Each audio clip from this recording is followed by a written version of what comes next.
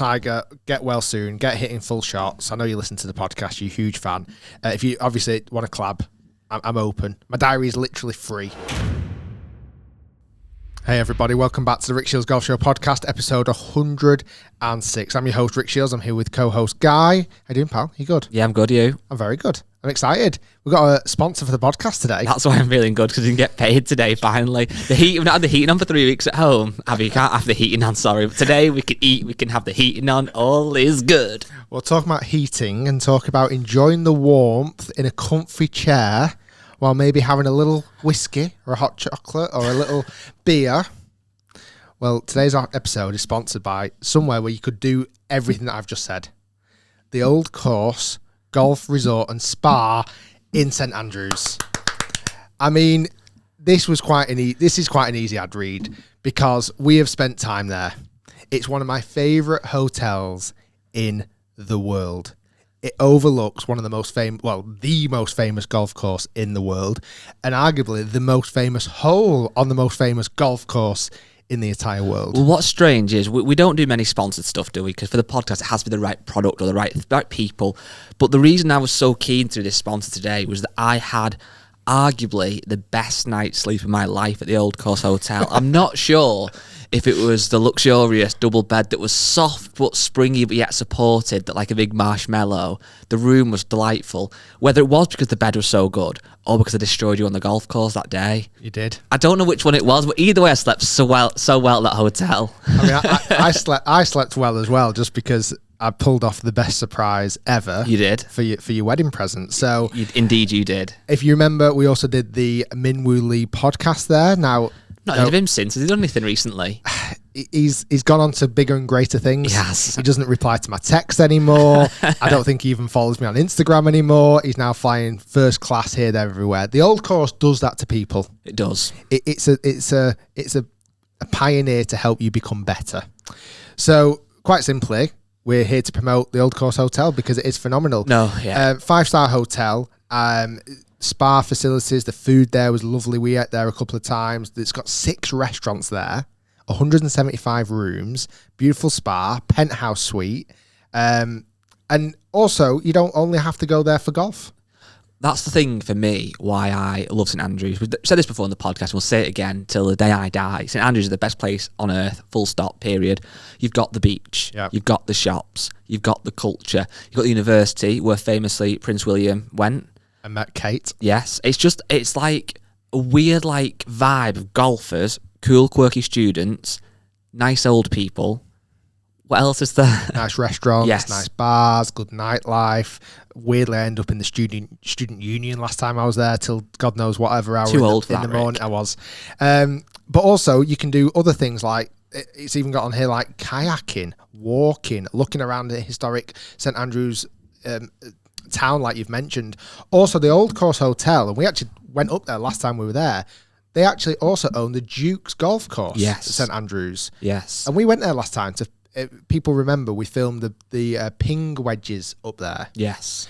What a nice place as well. It was very good. A little bit out of St Andrews, kind of town centre, but a very picturesque course, kind of like a bit more Parklandy. Very different to the kind of links that you would typically see at old at St Andrews, but also an amazing golf course. I've played it a couple of times, actually really like it there. Just overall, the Old Course Hotel, an amazing place. If you've not been there, definitely pop in. If you can stay there, do.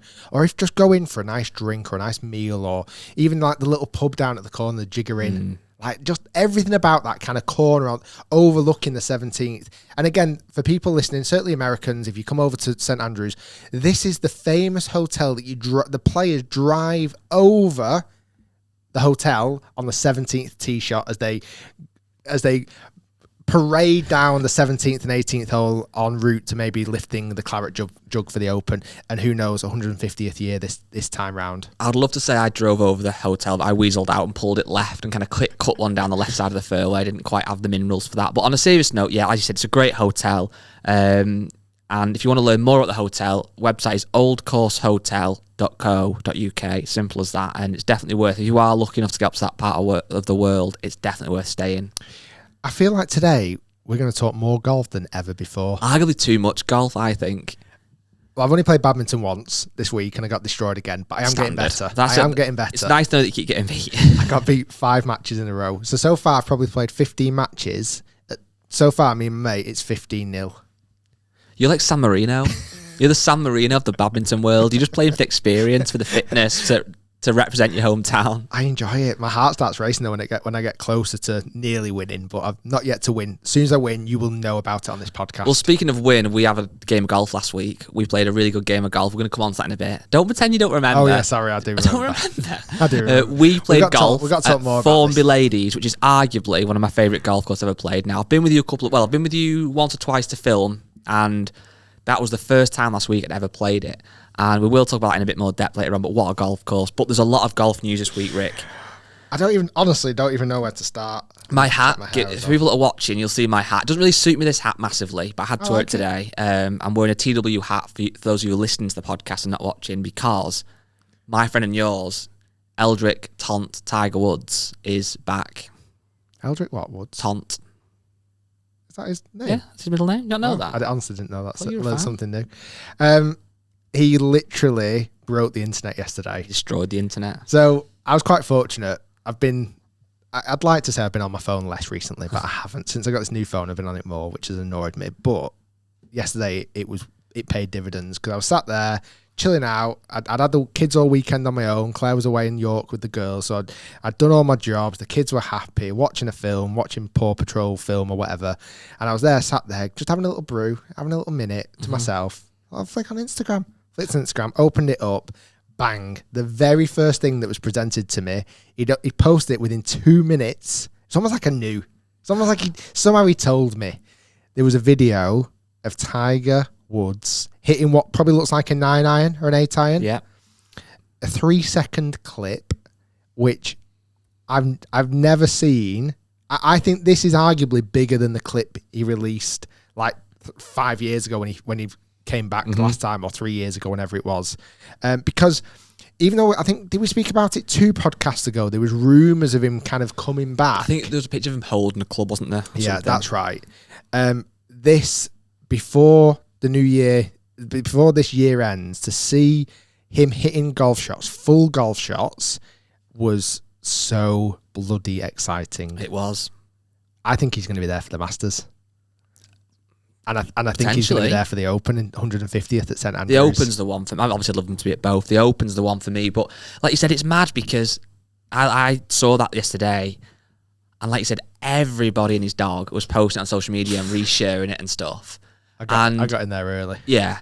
And it just kind of shows, doesn't it, that I think some people do it just because they know they're going to get likes from reposting it, let's be honest. But a lot of people do it because they absolutely just love Tiger Woods.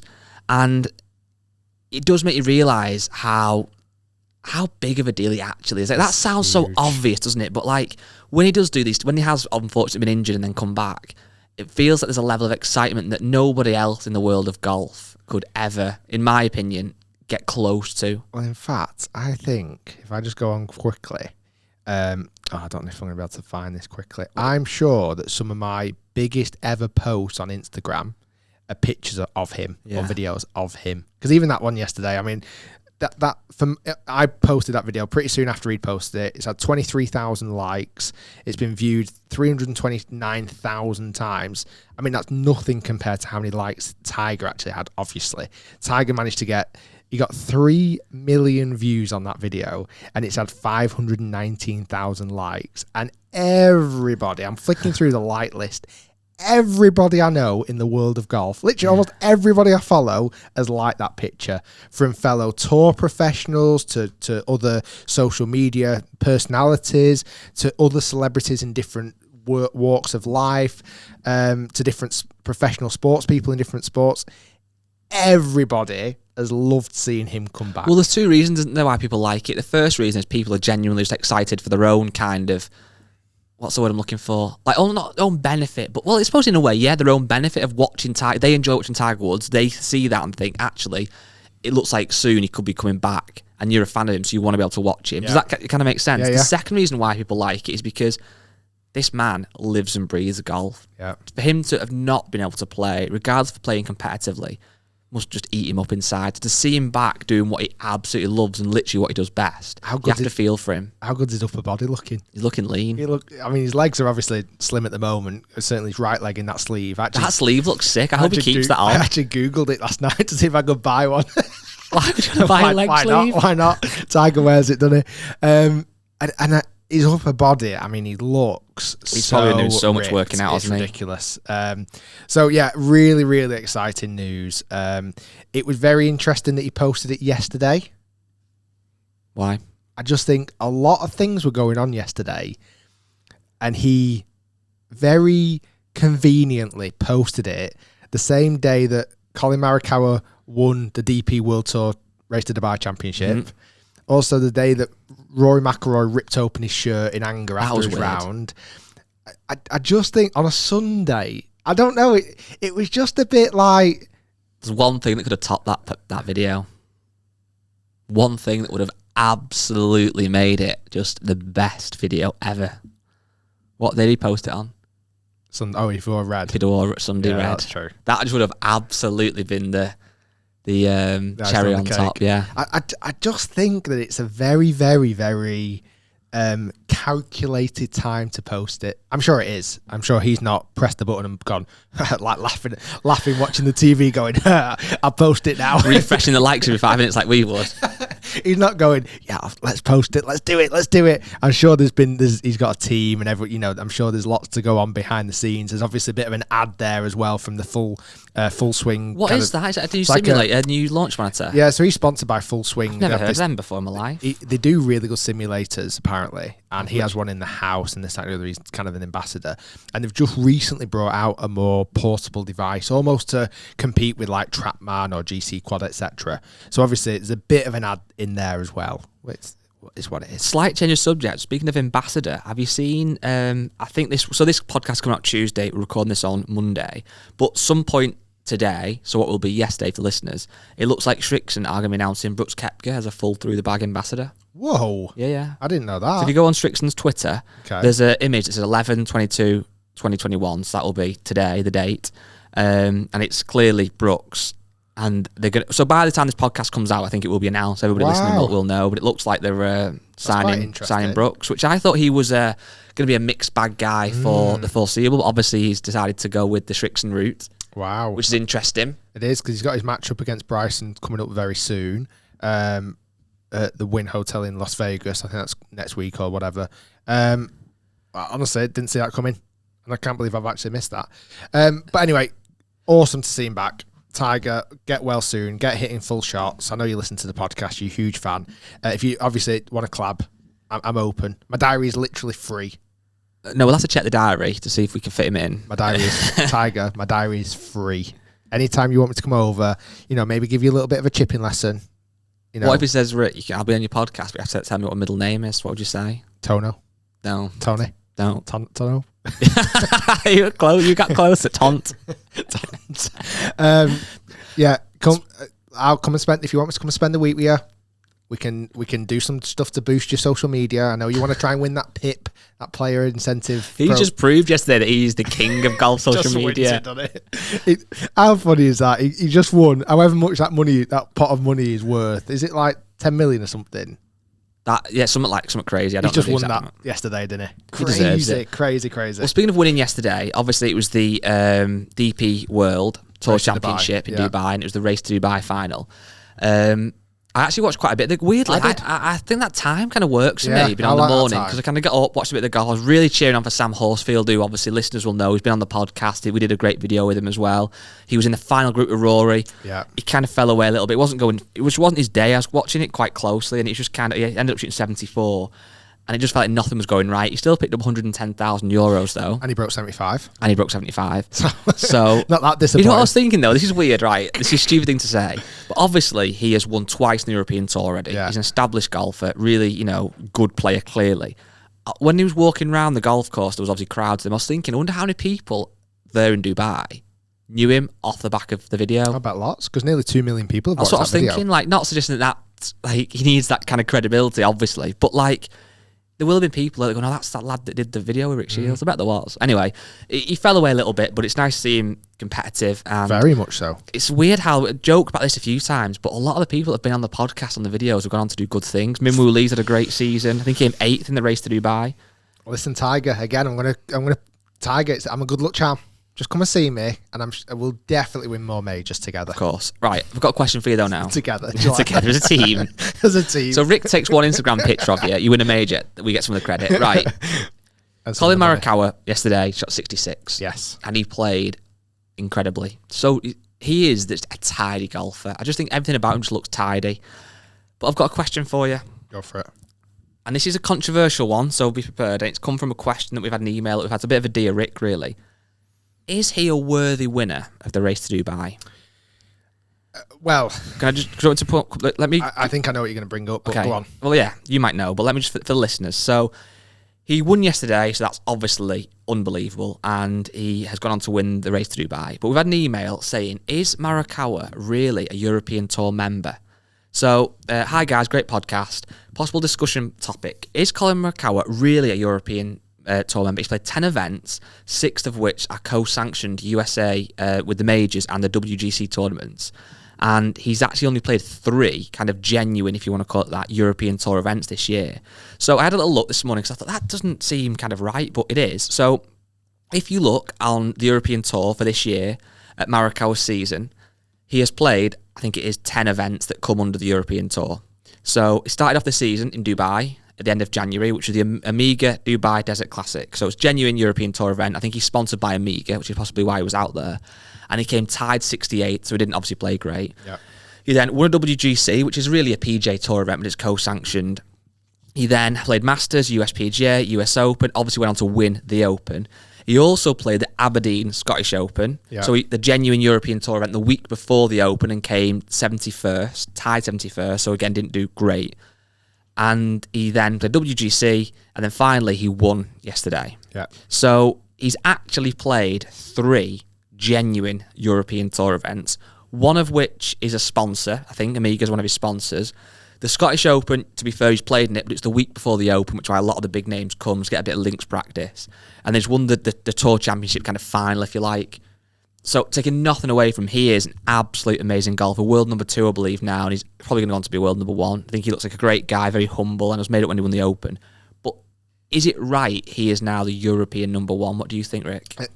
I must admit, I am always shocked at the names that are leading the race to Dubai at the end of the season, because it is always the real big names, you know, and typically they'd have had good seasons, but not particularly on the European Tour. Like, somebody who's played on the European Tour for every single week is never going to win the race to Dubai. No. Unless they do really well in the WGCs, which, like you mentioned, the co-sanctioned, so you get points for the World Golf Championship, or they do really well in the major tournaments. All 4 major tournaments. All 4 majors are co-sanctioned in all the WGC. So they all count. So unless you've done them, if you've played in every single European Tour event and done really well, but typically if you're doing really well, a lot of the time you jump ship to PGA Tour if you can, or if you've done amazing in the majors, or you've done amazing in the WGCs. Somebody like, let me think of an example. Tell you what, Minwoo Lee is. He came 6th, and he has, I think, pretty much played exclusively, obviously, European Tour. Yes. So for him, he's obviously won. He won at the Scottish Open. He's done nicely in major tournaments, but he's never going to particularly win against the Colin Morikawa for the race to Dubai, just because the points. As soon as you win an Open, or you win a major, or you win a WGC, then you throw in obviously a big win like you did yesterday, you were just going to get catapulted to the top. Mm-hmm. Is it right? I'm not sure. He's the first American to win, which surprises me. Mm-hmm. I think Patrick Reed had a chance of winning it a couple of years ago, but he's the first American to win it, which again really does surprise me, because so many Americans play in the qualifying events, and they only have to play in a few European Tour events for it to actually properly count. I don't want to say it's not right, because that's how that's how it's all planned out. That's how it's been designed to be. It's to encourage more of these big names to come and play. I was a little bit disappointed that not all of the big names came and played. For example, Jon Rahm. Mm-hmm. Jon Rahm had a legitimate chance of winning the Race to Dubai final, and he decided not to play. He didn't even fly over, which surprises me. You even look on the list here. Colin Morikawa's played 10 events that count. Billy Horsell, 11 events. Jon Rahm, 9. But then look at someone like Min Woo Lee. You're right. Min Woo Lee is the highest placed player that's played in 21 counting events. Nikolai Hogarth has played in 22. Rob McIntyre, 19. They're just not going to, like, Richard Bland. He's had an unbelievable season. Richard Bland's had an unbelievable season. He's come 11th in the Race to Dubai. He's played in 23 events. He's playing over double what Colin Morikawa's played in. But then he's not won an Open. He's not won a big major tournament. The only way you could make it fair is if only European Tour events counted, and that's it. No co-sanction, nothing. But then you're not going to bring in the big money. You're not going to bring in £5 million purse or whatever it was. It's something that I must admit, again, I've said this many times on the podcast, I'm not a big, huge watcher of the tour golf. I do dip in and out when things excite me, and this weekend definitely did excite me. So then when I saw this email this morning, I wanted to dig into a bit deeper. And it doesn't bother me either way massively. But it is strange that you can, like I said, you can win the European Tour kind of order of merit, essentially, with 3 actual European Tour events. I mean, one of which he did win. The other 2 he didn't do very well in at all. So it's interesting to hear if people are watching this on YouTube, comment down below what you think, or if you want to email us, podcast@rickshiels.com, and we'll see what people's thoughts are, because it's a funny one, isn't it? The one thing that makes me think that people aren't that fussed, I've never really heard any players complaining about it massively. No. Not massively. I've never heard, let's say, if a Richard Bland coming out this week and said, this is unfair, this is not right, because he's only played in half the events I have. But I don't really hear that, because I'm sure the way it's worked out, Richard Bland has made a lot more money than he would have done if it was only exclusive European Tour for this. So it swings around about. So for me, I'm obviously not fussed about it. I'm not going to have a big part in this, but for me, it's You're like fuming. No, I think it's fair. I actually think it's fair. Yeah. Like, it's just how it's set up. Yeah, I just think it's definitely fair. It's fair in terms of how it's set up. It's not like anyone's doing anything kind of dodgy. It's just, is it a true reflection on the European Tour's number 1? Like, is Colin Morikawa, well, I suppose he's the world number 2, so he would be, but is he genuinely the European Tour's top player of this last calendar year? I think, yeah. Because he's only played 3 times, so it's a weird one, isn't it? Like, you would say probably Min Woo Lee is. Yeah. Anyway, I don't know. I'm not that bothered, I was going to say something else then, wasn't I? And also, how weird is this now? It's not European Tour now. It's DP World Tour. So, but that's gone. European Tour's gone. Well, have you noticed what's happened? So today, again, this is Monday the 22nd, we're recording this. So DP World is, what actually is DP? So it's... Is it a freight? It's like to do with shipping, I think, in Dubai and stuff like that. But the company is called DP World. So the European Tour is now called, from today, the DP World Tour. But it doesn't mean it's not DP space World Tour. It's DP World Tour. Does that make sense? Because it could be people. I think it's now a world tour. Although obviously the European Tour is much broader than just Europe. But anyway, today this is a bit weird. The European Tour on Twitter has been renamed to DP World Tour, and they've actually lost the verification badge. It's not verified anymore. Yeah, because if you have a verified Twitter like Rick does, and you change your actual @name, you do typically lose your badge. And they have. They've changed the name on Facebook as well. As it stands now, I mean, this again might change by the time this goes out, but as it stands, they're not verified anymore. They've lost it. They've got the verification tick on Facebook still. What about on Instagram? I don't think they've changed it on Instagram as of yet. It hadn't done this morning anyway when I checked. Oh no, they're not. Oh, weirdly, the name's changed, but the @handle hasn't yet. I wonder if they have to. That takes longer to authorise or whatever. What do you think about Rory? What happened? Right, so I watched the golf, watched him finish 18, and then I turned my phone off. I was on the treadmill, you like to know. Nice. Working out. And then literally looked at my phone then about an hour later, and I saw that he'd come off the golf course and ripped open his shirt like Hulk. Yeah. What happened? So he obviously didn't have a great final round. He was playing with our mate, Sam Horsfield, and neither of them obviously set the world alight. He was leading by, I think, 1 over Sam Horsfield going into the final round, and quite a few, they were a couple of shots ahead of everyone else. And obviously, Rory McIlroy going into that final round has got to think, not that he's got this in the locker. Obviously, there's no guarantee when you've got players like Colin Morikawa chasing you down.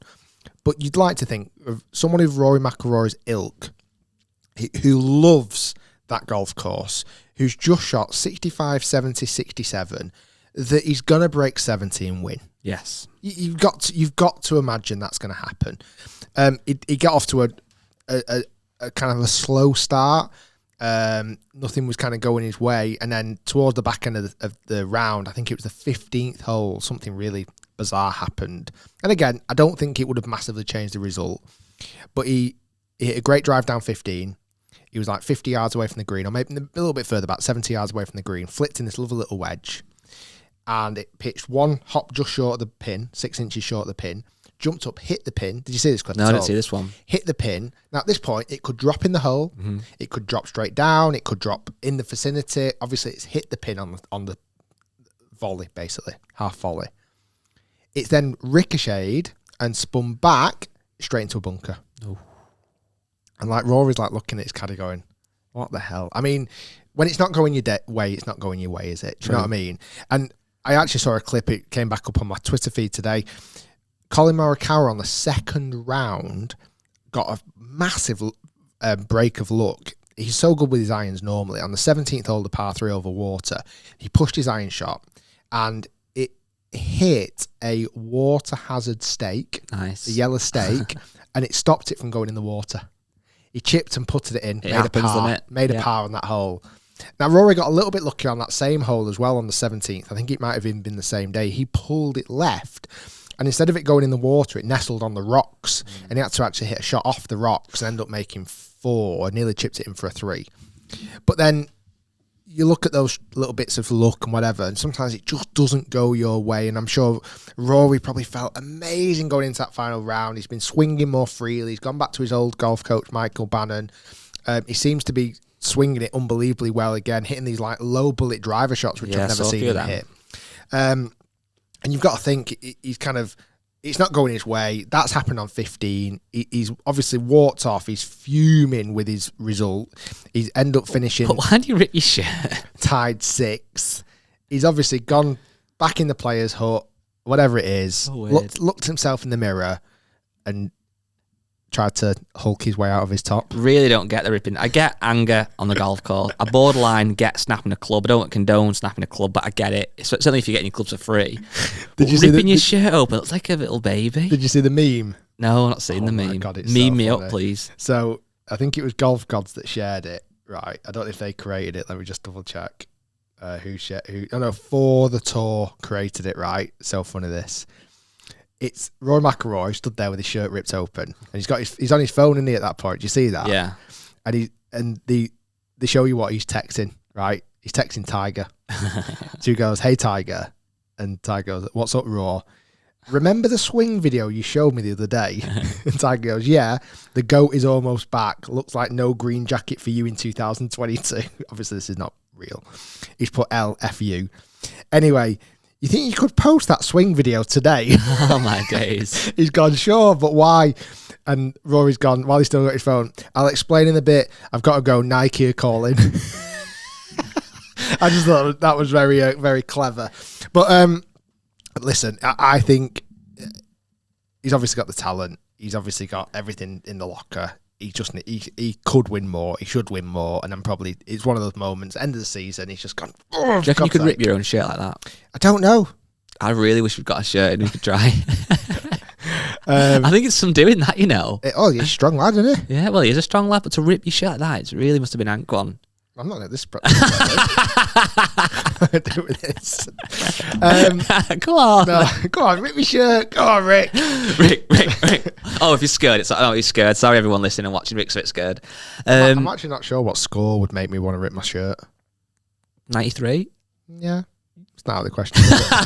It's not out of the realm of shooting possibility. 93 now? But yeah, so that's a lot of golf there. Too much golf? Yeah, a bit too much. We'll come on to our golf bit later. Can I come into a little bit more golf? Is it good? Go on, what were you going to go into next? You're gonna go I think it's amazing. Go on then. So, I also caught a bit of the LPGA. Okay. Right? And Are you actually watching this, by the way, on like Instagram? yeah, on Instagram, Twitter, not live. I don't. I watch when you. Well, I just have interest. When you're at the golf this weekend, do you watch much of it actually live? On my phone, yeah. On my phone live. Now TV. Yeah, that's what I do. Yeah. But then I like... Go on, sorry. No, I'll watch like 5 minutes and do something else and come back to it. I don't sit there very often and watch it unless it's like a major. The only thing that frustrates me, and you can do it now on YouTube, because I've got the thing back where I can swipe off. Yeah, you can swipe the video off the main screen, but it's still on. Yeah. And so I can go on other stuff and I can check whatever. It's the only thing that annoys me with watching live TV. You can't do that and there's adverts. Drives me insane. So many I think there's so many adverts, but I know they've got to pay the bills. But the LPGA I did watch mainly online and watch loads on Twitter and stuff like this because it was the highest winner's check that's ever been. Over $1 million or something. $1.5 million. Nice, isn't it? Jin Young Ko won, right? But that's not the amazing things. No, you're gonna say the greens. She hit 63 consecutive greens in regulation. That is outrageous. Apparently, there was a stat as well. Tiger, in his best year, 2000, hit 29 greens in regulation. That was the most he's ever done. This woman, Jin Young Ko, hit 63 greens in regulation.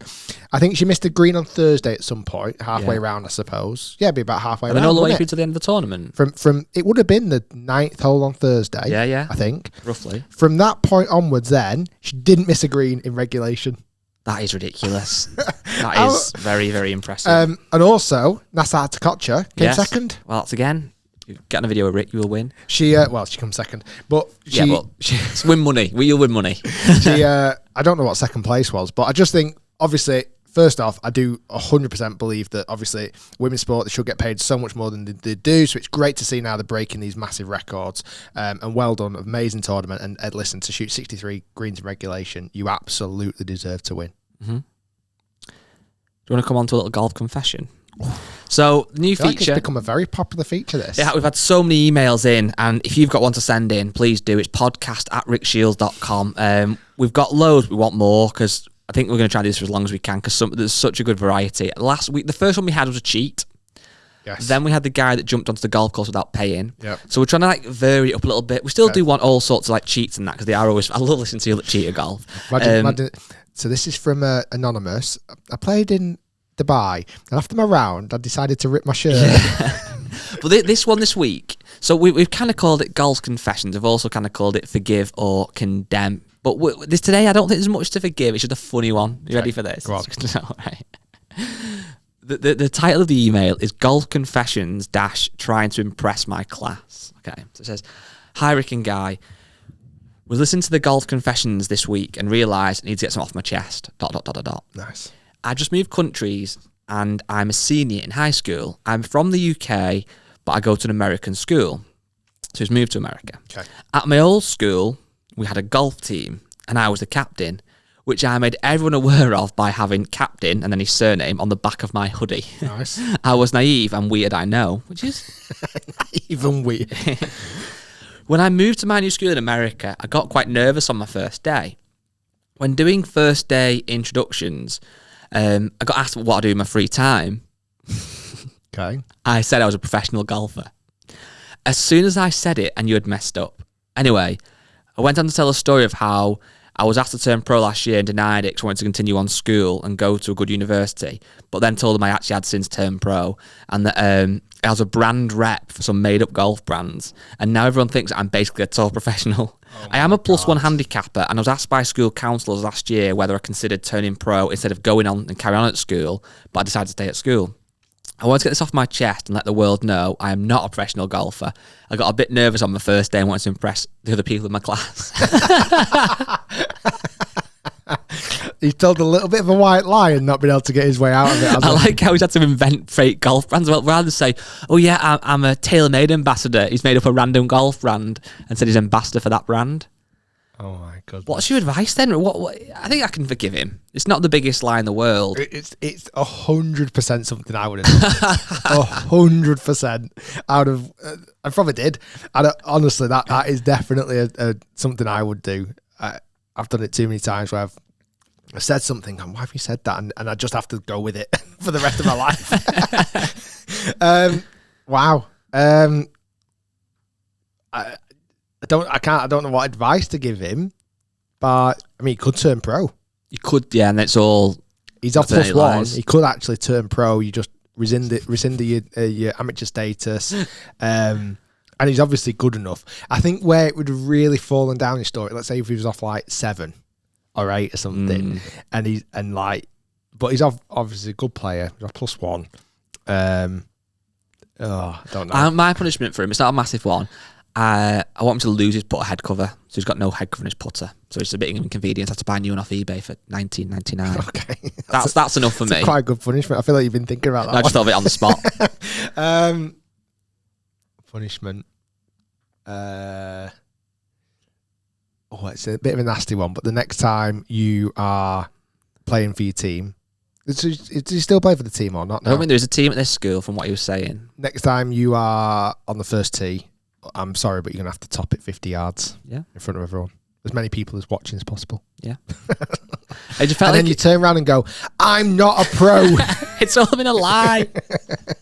Rick Shiels told me to start lying. That's funny. Yes, that was a good one. But we want these every week because I really enjoyed them. So if you've got one, send them in, podcast@rickshiels.com. The more elaborate, the better. So let's get on to the real news. We've had the kind of poxy European Tour, DP World Tour, whatever it's called, and some bloke called Tiger Woods can hit a golf ball again, whatever. But last week we played golf. We did. We went to Formula Ladies Golf Club, which, as I said earlier on, I'm now a big fan of for several reasons. The greens are great. It's got lovely thick rough that really contrasts the nicely cut fairways. The condition for this time of year in northwest England is phenomenal. It's quite short in length, so you can either go with driver and drive the greens or play safe with the 5-iron. If you go for the green, there's thick rough to deal with. All of those reasons. The staff were lovely. It was a lovely sunny day. Anne's lovely, isn't she? Anne was a very nice lady, an Irish lady what's her actual club secretary? I think she's club secretary. She was very, very nice, very kind of what word would I say? Like pleasant. Just a really pleasant lady. And I think Irish hospitality, isn't it? I think she was really, really nice. I was made to feel at home. I also won the match, which did help. Oh, right. Okay. I was wondering when you were going to come on to this. We had a little, we were going to play, we played a match, didn't we? Yeah. You've won a few before, willy-nilly, blah, blah, blah. But this was the real match. We said on the first tee, this is the match that is, whoever wins is the best golfer. And we shook hands on it. We went, weirdly we spat on our hands each, and then shook hands. And two men were there who witnessed it, John and Ian, who said, yeah, we've witnessed this, so this is the final. In fact, this is the real match. So I said, fine, I'm not that fussed, but fine. So we played. You battered me. Demolished, I think. I played absolutely horrendous. Yeah, I lost 2 balls as well, so I wasn't great, but still. No, go on. Let's have a little bit of all in jest, but it was a really nice day. Well, what was funny, it was quite a pleasant day. It was a bit chilly, a bit cold, but wasn't raining. Sunny as well, weird. And I thought, right, I could do with... Let's do a bit of a section for the podcast, obviously. Content. We need content desperately, as you can tell. And not play with Guy for a couple of weeks or a couple of months, whatever it may. Oh no, we played at Badminton, didn't we? But whatever. I thought, where's a golf course that could really beat him at? He's crap with his driver, so why don't I take him somewhere dead tight? Anyway, what I hadn't anticipated is because it was so tight. I don't think you hit driver once, did you? I didn't. I lost it. That was one driver. That was a provisional shot ball as well, yeah. So Guy didn't hit driver once, which surprised me. He hit 5-iron a lot, and because of that, he was hitting longer irons into the greens, but hitting a lot of greens. Yeah. Like almost 63 greens. Almost, yeah. We played 17 holes. One was shut for maintenance. I actually hit 64 greens. So that's why it's got a little asterisk next to the exactly. to the match, because it's not really a win. On the contrast, I don't think I've ever hit driver as good. You nailed it. Or as straight. But this is the issue, right? So it's a short... I'll tell you what, though, on a serious note, though, Formula Ladies Golf Course is phenomenal. I was really impressed. And you have that choice. If you're a longer hitter like you are, you can either go with your driver and get up to these par 4s in one, or even get... It sounds silly. There was some par 5s you could not put it close to, but get a long one down. But if you hit driver... Genuinely, there's rough to deal with. You didn't hit much rough. You were really accurate. I honestly hit driver so bloody straight, but there was a problem with that. There was a problem with that. You had a lot of flicks. I had a lot of shots under 100 yards off perfect tight fairway. Yeah. Which probably I didn't realise till I was driving home that day and going, oh, that was a mistake. Because you're not very good from there, Rick. Like, normally, when I hit good wedge shots, I'm out the rough. Where there's a little bit of forgiveness. Yeah. I can get the club underneath the ball a little bit. When I was on these tight links turf, not feeling the most confident with my wedges in the world, trying to hit these little flick shots, often hitting second into the green. So guys already on the green typically.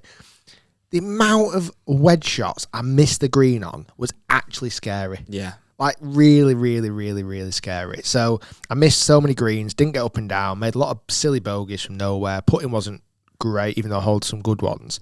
And then weirdly, you were way, way, way ahead of me in the match. Around kind of 16, I managed to claw it back within 1 or 2. It was within 2.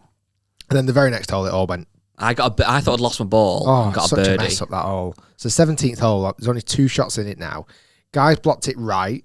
I've crushed one down the fairway, but weirdly found the fairway bunker, which I didn't think I was going to reach. We're looking for guys' ball for probably about 6 minutes. Yep. Liar. It was about 6 minutes. But there's no one behind us, no rush, whatever. So I managed to find his golf ball, because I'm really nice like that. I walked past it like 3 or 4 times. And then you knew that you wanted to lose with dignity. I better tell him it's What there, was that stuff you'd say it was in? It was like Heathlandy stuff, wasn't it? It wasn't rough. It was like... what do they call it? It's almost like when you have a gauze bush, but on the floor. Yeah. I can't explain what like it is. mini trees on the floor. Yeah, weird. I found my ball in that. What actually is it? I can't think now. Hit a 54 degree, I think, to like 10 You played a great shot. So I was in this fairway bunker about 60 yards away, but a bit too close to the lip. And I played an okay shot, got to the front edge, rolled it up there to within 2 foot. And we weren't playing gimmies. We were trying to knock everything in. You just missed a tiny one on the hole before, which got it back to 2. The very next hole, I had a foot away, a foot and a half. I went to knock it in, missed it. I was like, great, that's a nice bogey. Well done, Rick. Guy knocks it in for birdie. Yeah. Takes a 4-shot lead coming down the last. That's what I do. So you beat me by 4. Beat you by 4. Yeah, but it was... Look at his face. You know what, though, on a serious note, it was good. I enjoyed it, etc. But... as you said before, I can't hit driver. I need to work on it. I need to get it back because it's part of the fun playing golf, hitting your driver, isn't it? It just is. But I've also learned if I'm going playing golf casually, just don't even hit it because I know it feels like I'm almost admitting defeat. But I know if I hit just long irons off the tee and keep it in play, I'll enjoy the day more. And I'm playing so infrequently that when I do play, I just want to enjoy it. Yeah. And if I can just keep it in play, and even, some holes are in 5 iron off the tee, which is ridiculous when I cut it driver and a bit of wind behind and get it up towards the green. But I thought if I do it drive, I might lose it. At least hit a 5 iron, keep it in play the golf course, and just enjoy it. What's scary for me at the moment, I feel like I can hit with my driver. I've got more accuracy where I'm going to land the golf ball with my driver than I do with a sand wedge in my hand. Yeah, which is quite scary. So I need to work on that. We'll have more matches, more updates coming soon. Yeah, big news. This is going to be super annoyingly. What am I going to say? How am I trying to word this? Limited in what I'm going to say. But we saw a driver last week from a brand that's coming out next year. One of the big brands. Looks really nice. I think, honestly, and you kind of got to go off looks a little bit these days because there's not loads and loads of different in technology. Obviously, the brands will say there is. But I must admit, this time the brand wasn't claiming the world. No. It was a very small incremental change, if any. But honestly, the look of this drivers in the lineup... Yeah. Wow. Really nice. I know it's annoying we can't say more than that, but we just can't. But yeah, there's got some good looking drivers coming next year. Where they perform better. There's a really good looking one and then a very different one. Yes. Which we definitely can't talk about because we shouldn't have even seen that yet. We saw a leak. So yeah, they'll all be coming very soon. I feel like I've got quite a lot of questions here on Facebook and I probably should have prepped it a bit better and got some saved, and I haven't done. So let me just have a quick look. Just go off the top. Yeah, okay. I'm just scrolling down the page. I feel like I should be able to pad this out. I tell you what, we need to pad out actually. The speed golf video went out last week. Didn't massively do that well on views, which is annoying, even though it was a really good video. So if you haven't seen it, go and watch that one. It's called Sprint Golf. I changed the name or something as well. How have you done? The fastest round of golf I've ever seen. That's what it was. Probably not as good a title, but it's fine.